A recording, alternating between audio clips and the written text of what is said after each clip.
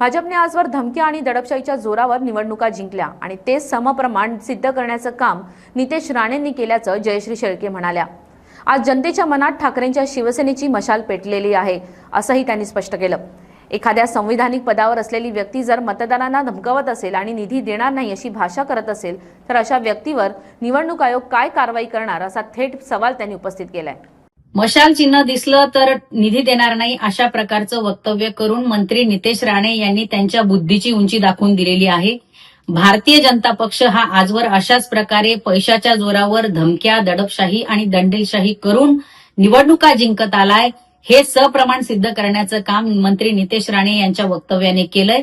आज लोकांच्या मनामध्ये शिवसेना उद्धव बाळासाहेब ठाकरे हा पक्ष आहे, लोकांच्या मनामध्ये मशाल आहे, ती तुम्ही पुसून टाकू शकत नाही। तुम्ही धमक्या देऊ शकता आणि जर एखाद्या संविधानिक पदावर असणारे व्यक्ती अशा प्रकारे मतदारांना धमकावत असेल, निधी देणार नाही अशा गोष्टी करत असेल तर त्याच्यावर निवडणूक आयोग कारवाई करणार आहे का?